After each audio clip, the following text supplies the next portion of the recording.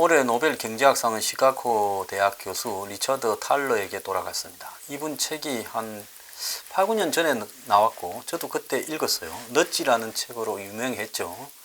인간의 엉뚱하고 비이성적인 심리, 그걸 살짝 자극을 주면 경제학에서 중요한 문제들이 해결된다. 그때 이제 기억이 나는 거는 소변기에 이렇게 미국에는 파리를 걸어 놓으면 괜히 가까이 더 가까이 남자가 흘리는 것은 눈물뿐만 아니다 가위 이런 게 아니라 저절로 이 소변기 밖에 오줌을 흘리는 일이 남성 그 비행기에서 줄어든다 뿐만 아니라 이 장기 이식이 잘 안 되고 있는데, 그래서 장기 이식을 원하는 사람을 이 주민등록증 같은 운전면허증에다가 표시를 해 놓으면 곧바로 사고가 났을 때, 교통사고가 나거나 어떤 사고가 났을 때 장기 이식을 원한다라고 표시를 해 놓으면 장기 이식이 원활하게 되지 않겠느냐. 좀 더 적극적으로는 원하지 않는다라고 표시한 거 외에는 다 이식을 하게 하면 될 거다 하는 이런 이야기들이 쭉 있었습니다. 자, 최근에 이제 행동주의 경제학이 상당히 이렇게 주목을 받는 거는요. 인간의 탐욕적인 본능이 경제의 본성이다라고 이야기를 하는 부분이나, 또 더 나아가서 경제학을 그래프로 해석하는 데서 실제 그것보다는 경제는 매우 해석하기 어려운 다양한 심리적인 이유로 또는 그런 부분과 관련되어서 변화를 유도하기 위한 행동 경제학이 경제에서 주요하게 작용을 한다라는 부분으로 굉장히 유명한 분이죠. 그래서 이 사람은 심리회계라는 이론을 만들었는데, 같은 돈이라도 사람의 마음이 이를 다르게 분류한다. 갑자기 생긴 돈은 공돈이라서 쉽게 쓰고, 그래서 로또 당첨자들이 빨리 망한다. 이런 이야기들까지도 했습니다. 어쨌거나 경제는 굉장히 복잡한 요인이 이렇게 다 복합되어서 움직이는데요. 한국 경제 요즘 굉장히 걱정입니다. 제가 정말로 의문스러운 것은 이 정권에서 경제를 아는 사람이 제대로 있는가 하는 게 의문입니다. 제가 오늘 한국의 최고 상대 은퇴하신 최고 경영자들 분의 모임에 한번 갔었는데요. 거기 오신 분들이 한국 경제가 정말로 걱정되는 상황에 빠져 있다라고 이구동성으로 이야기를 하고, 이 정권에 한국 경제를 이해하는 사람이 제대로 있는가에 대해서 상당히 의문을 표시를 했습니다. 연휴 기간에도 한국의 가계부채가 정말 심각하다라는 보도가 나왔고, 자영업자에 대한 우려 보도도 나왔습니다. 더 나아가서 97년에 IMF가 나왔고 2008년에 금융위기가 있었는데, 올해 2017년이나 아니면 내년 2018년에 10년 주기의 경제 위기가 터지는 게 아닌가 하는 우려들이 나오고 있습니다. 단순히 그냥 비과학적으로 10년 단위로 이런 일이 생긴다 이야기를 하는 게 아니라, 지금 문재인 정권이 얼마나 경제가 상황이 안 좋으면 소득주도 성장론이라는 말을 그렇게 밀어붙이다가 이제는 슬그머니 그걸 포기하고요. 혁신성장으로 이름을 바꾸면서 사실상 전통적인 성장 정책으로 회귀한다고 하겠습니까? 엄청나게 심각하다라는 부분을 지금 내부적으로 인정하는 건데요. 여기에는 10년 단위로 경제 위기가 온다는 이런 한간의 속설까지도 포함되어 있습니다. 먼저요, 2008년 금융위기 때도 외신들이 한국에 외환위기가 올 수 있다라는 가능성을 잇따라 보도했고, 원달러 환율이 급등을 했습니다. 그래서 외환 보유액이 고갈되는 게 아니냐라는 위기까지 갔고요. 그 다음에 이 GDP의 180%까지 갔던 가계부채가 터지는 게 아니냐라는 우려까지도 있었습니다. 결국은 이 코스피 지수는 1000% 미만으로 추락을 했고, 그리고 2009년의 경제성장률은 0.7%로 확 떨어져 버렸고요. 그리고 97년 IMF 때도 상황은 비슷했습니다. 외신들이 한국이 IMF에 구제금융을 신청하게 될 거다라고 한국 위기설을 앞다투어 보도했는데, 결국 98년에 한국 경제는 사상 두 번째로, 그러니까 70년대 때 이 5.1 위기 때 이후에 처음으로 마이너스 성장을 5.5%나 했습니다. 현재도 외신들이요, 북한의 핵 위기를 갖다가 대스특필하고 있고 한국에 대한 신용평가 등급을 세계 3대 신용평가에서 지정학적인 리스크로 낮추지 않겠는가 하는 우려들이 지금 곳곳에서 나오고 있습니다. 제가 지난번에 이 문재인 정부가 소득주도 성장론을 사실상 폐기하고 혁신성장으로 바꾼 이유가 3분기에 경제 수치가 굉장히 안 좋게 나오는 것으로 알고 있다고 이야기를 했지요.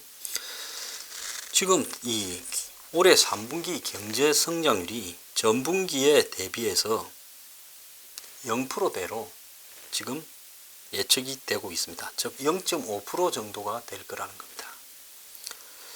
자, 국책연구기관 KDI에서 분석한 내용에 따르면 7, 8월 지표를 감안하면 3분기 성장률 7, 8, 9월 석 달을 합친 거지요. 2분기와 비슷한 0.6%가 될 거다라고 보고 있습니다. 그러니까 3, 4, 5달이 0.6%, 7, 8, 9가 0. 현재 5% 이런 수준이라는 거죠. 1분기 회복세가 1분기에 1.1%였는데 2, 3분기에 들어서 추락하는 양상을 낳고 있습니다. 현대경제연구원은 올해와 내년의 성장률을 2.7, 2.5로 잡고 있고요. 정부가 목표한 3%가 될 거라고 생각하는 사람은 아무도 없습니다. 근데 지난번에 이 소득주도 성장을 이야기를 할 때 현 정권은 향후 5년간 4.8% 성장을 예측을 했는데요. 꿈과 같은 이야기라고 보고 있습니다. 자, 정부가 일자리 추경으로 그때 뭐라 했습니까? 일자리 절벽이라고 대통령이 통과시켜 달라고 직접 협박성 이야기를 했습니다. 마치 11조 2천억을 통과시키지 않으면 일자리가 사라질 것처럼 이야기를 했지만은 11조를 풀고도 8월까지 내수를 뜻하는 소매 판매와 청년 실업률 지표 개선이 이루어지지 않고 있다고 합니다. 자, 청년 실업률은 99년 이후에 최악의 상황으로 지금 빠져들고 있다고 제가 몇 차례 이야기를 했지요.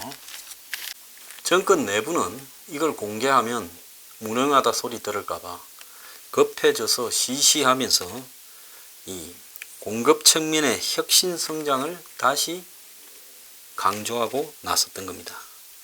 김동연 부총리도요, 연휴 마지막 날 열린 재경부 간부 회의에서 혁신 성장에 대한 실천력 있는 과제를 신속히 추진해서 현장에서 가시적 성과를 내자라고 이야기를 했습니다.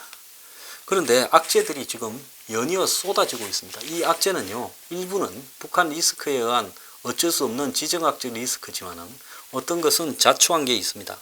북한의 핵과 미사일로 지금 한반도 지정학적 리스크가 가속화되고 있고 북한이 또 도발을 하게 되면 또 경제에 데미지를 주게 될 겁니다. 미국, 중국하고의 통상 마찰도 마찬가지인데요. 이것 또한 공연히 한국 정부에서 마치 사드를 배치하지 않을 것처럼 말해서 중국의 사드 보복을 더욱 지속시키고 있는 측면도 있고요. 미국과의 마찰은 안보 문제나 동맹 간의 갈등 문제가 경제적으로 데미지를 입히고 있는 측면도 지금 나오고 있습니다.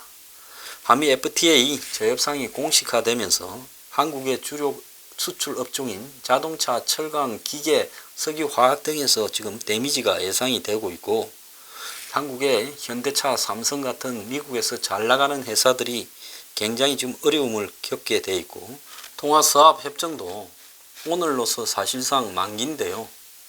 즉 서로 간의 통화사업협정을 이 3,600위안 560억 달러를 서로 이렇게 통화를 교환하기로 한 이 협정이 말입니다. 오늘 이 만기인데 이 협정이 아직도 이렇게 결정이 되지 않고 막판 조율 상태입니다. 통화수합이라는 것은 외환위기, 즉 97년이나 2008년 같은 이런 비상시에 상대국에 자국 통화를 맡기고 상대국 통화나 달러를 받을 수 있게 하는 계약입니다.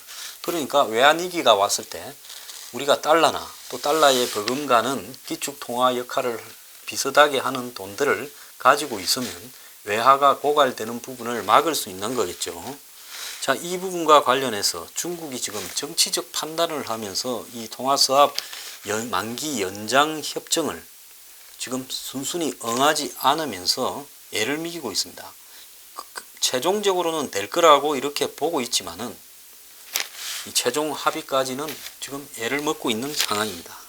여기에 현 정부가 지금 가계부채 대책이 심각하다고 판단하고 오늘 대통령 주재로 청와대에서 수석하고 보좌관 회의가 열렸습니다. 가계부채가 경제위기의 요인이 되지 않도록 연체자를 지원하고 가계부채를 총량으로 관리하고 임대주택 등 부동산 대책을 포함한 종합대책을 발표하기로 이렇게 합의한 것 같은데요. 자, 그래서 가계부채 때문에 경제위기가 오지 않도록 상환 능력이 낮은 취약층에 대해서 대책을 강구하고 연체 발생할 경우 재기 지원의 중요성을 갖다가 논의한다 이러지만은 정작 중요한 것은 부채 총량제를 통해서 집집마다 얻을 수 있는 부채 총량을 정해주어서 그걸 넘는 부채는 허용하지 않는 쪽으로 지금 하려고 하는 것으로 보입니다. 정부가요 10월 말에 가계부채 종합대책을 내놓겠다 이렇게 지금 이야기를 하는 모양인데요. 이렇게 지금 정부가 긴급하게 나서고 있는 이유는 가계부채 대책이 지금 정부가 보기에 미국의 금리가 지금 계속 올라가는 상황 속에서 매우 심각한 상황으로 가고 있다라고 느끼는 겁니다. 이미요 올해 초에 한국의 가계부채가 1,400조 대에 접어들면서요 가계가 부실에 빠지고 이로 인한 금융위기 발생 가능성이 높다라고 하는 부분에 대해서 제가 전에도 한번 소개해 드렸지만은 국제통화기금 IMF도 한국의 가계부채 위험을 이례적으로 경고를 했습니다. IMF는 우리나라의 가계부채 문제가 구조적인 리스크로 확대되고 있다고 이야기를 한 겁니다. 이게 2월 달의 일입니다. 그런데도 불구하고 문 정권이 들어서서 한번 생각을 해 보십시오. 5월 달에 들어서서 그 뒤에도 파리 대책인가 발표할 때까지 석 달을 부동산 붐이 일었습니다. 그러다가 파리 대책을 설거머니 했지만은 별로 지금 효과가 없는 상황 속에서 추가 대책을 또 발표한다고 하고 급기야 가계별 총량 제도를 발표한다고까지 하고 있습니다. 자, 우리나라의 가계부채 증가하는 이유의 핵심은 부동산에 의한 자산 증식 효과가 다른 나라보다 훨씬 크기 때문에 이 무리하게 집을 담보로 대출을 받아서 이렇게 이 집을 사는 이런 형식의 가계부채가 크다라는 겁니다.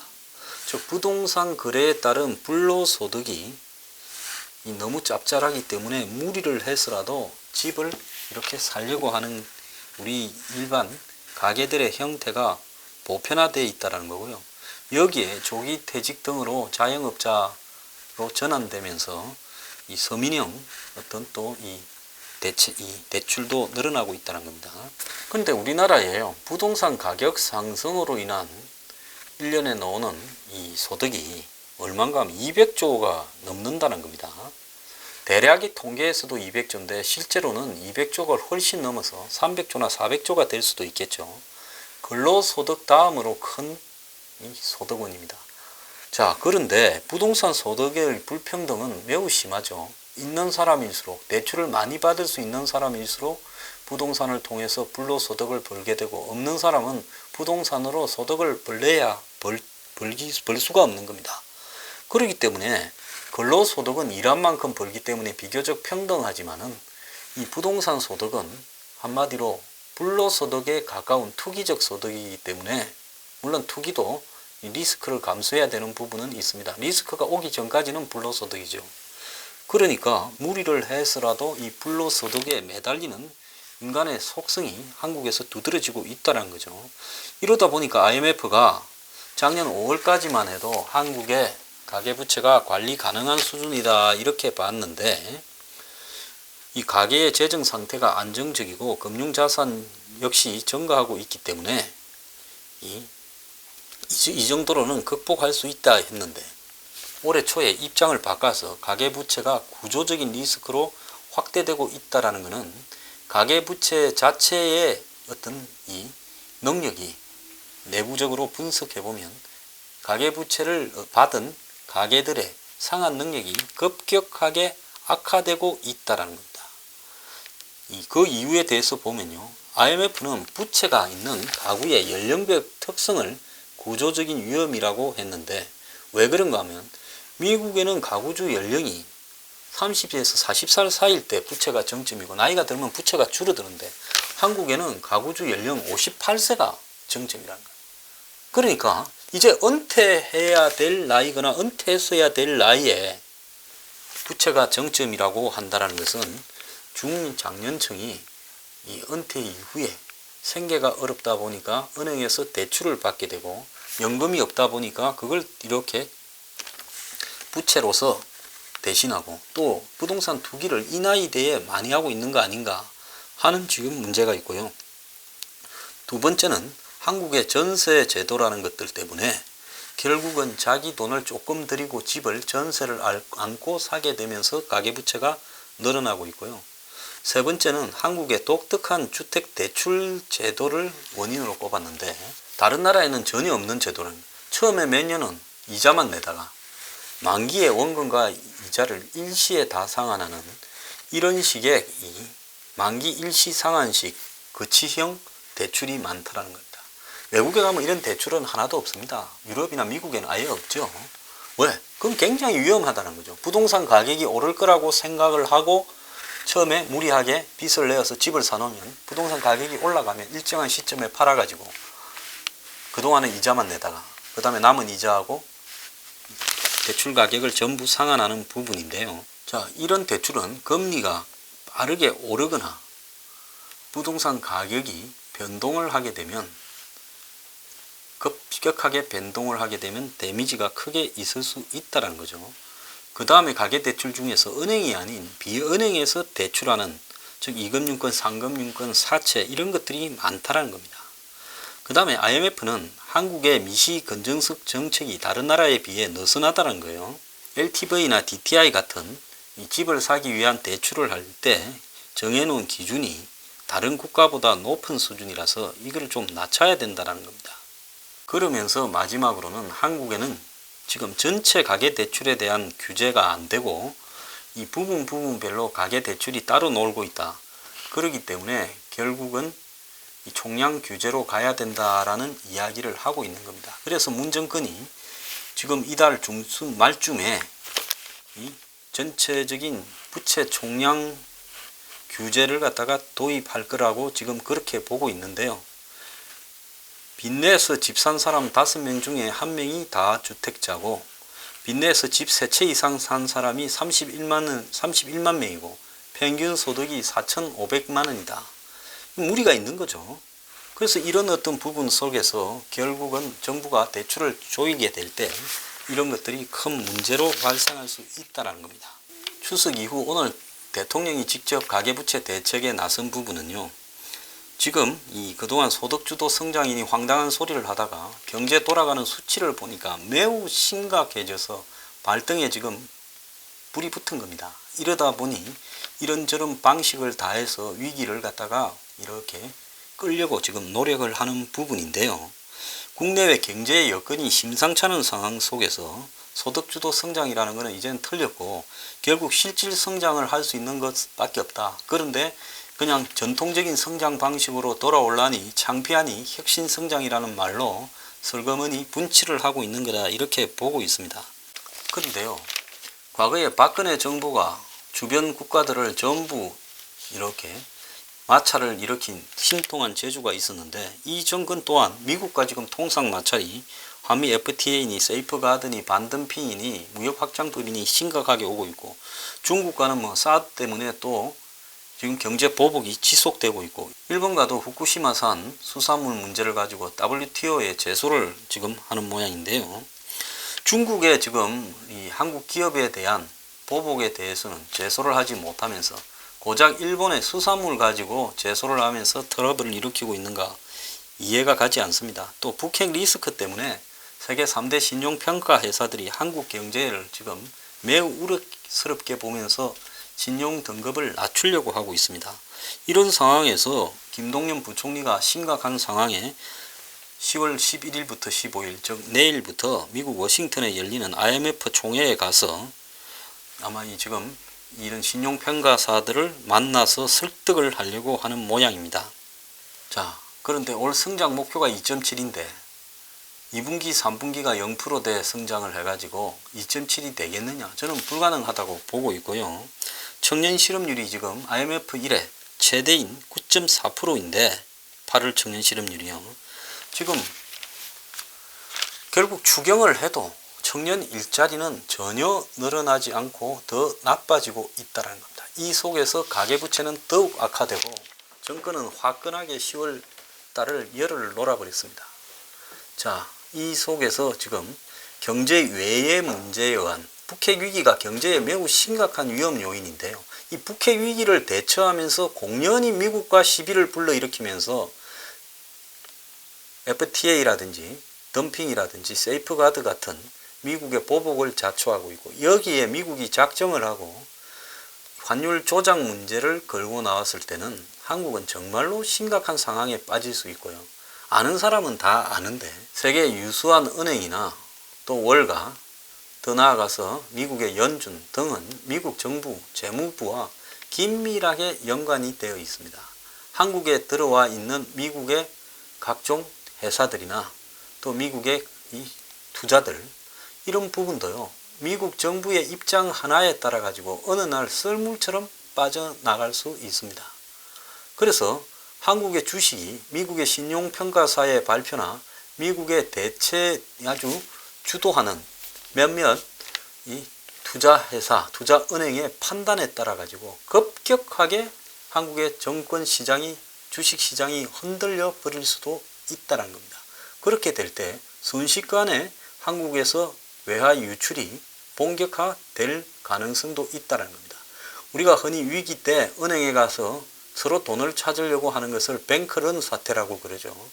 뱅크런처럼 한마디로 에스케이프 코리아, 즉 한국 탈출이 지금 벌어질 수 있는 상황이 올 수 있다는 겁니다. 이 모든 것은요, 미국의 정치적 판단에 의해서 그렇게 충분히 될 수 있고, IMF라든지 이런 기구들조차도 궁극적으로 미국 주도기 때문에 한국이 앞으로 위기를 맞아서 그 위기를 헤쳐나가는 부분에 있어서도 이런 국제기구들과의 조율, 이 문제에서 미국 정부의 입장을 면밀히 고려해야 된다는 겁니다. 제가 여러 번 이야기했지만은 한국이 97년에는 IMF 때 아주 세게 얻어맞았고 2008년에는 금융위기 때 그 위기를 극복할 수 있었던 것은 위기의 본질이 달라서가 아니라 결국은 미국에서 협조적이었는가 비협조적이었는가 따라서 한국이 얻어맞는 강도가 매우 다른데요.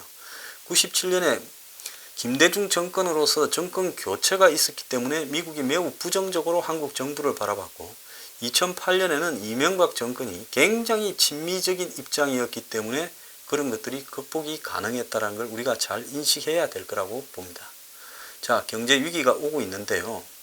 정권 스스로 경제 위기를 자처하고 있는데 많은 사람들은 안보 위기를 걱정하고 있는데 안보 위기보다도 더 먼저 안보에서 발생한 트러블이 한국 경제를 초토화시켜 버릴 수 있는 2018년 경제 위기가 가시화되고 있는 것 같습니다. 정부가요, 부채 총량 제도를 갖다가 발표한다라는 것은 매우 심각한 상황에 와 있다라는 걸 스스로 인정하는 건데요. 이렇게 시급한 문제를 몇 달 전에는 모르고 이제서야 알았다는 겁니까? 정말로 답답한 이야기입니다.